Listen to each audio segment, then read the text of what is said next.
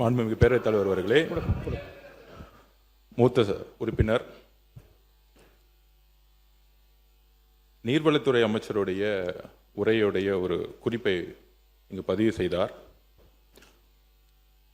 அவருடைய விளக்கம் என்னன்னா, கர்நாடகம் என்ன விவாதிச்சு காவேரி நீர் மேலாண்மை ஆணையத்தில் என்ன விவாதிச்சாங்க அப்படிங்கிறத ஒரு விளக்கத்தை கொடுத்தாரு.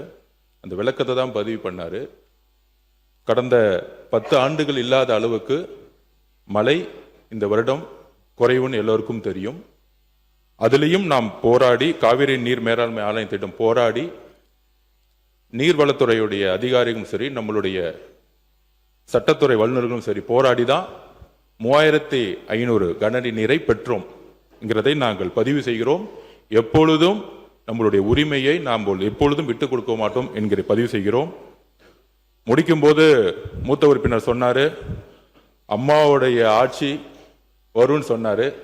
இப்ப நடந்துட்டு இருக்கிறது அம்மாவுடைய ஆட்சிங்கிறதா நாங்கள் பதிவு பண்றோம்.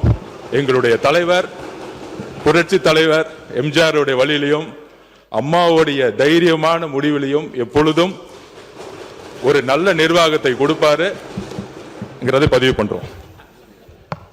உறுப்பினர்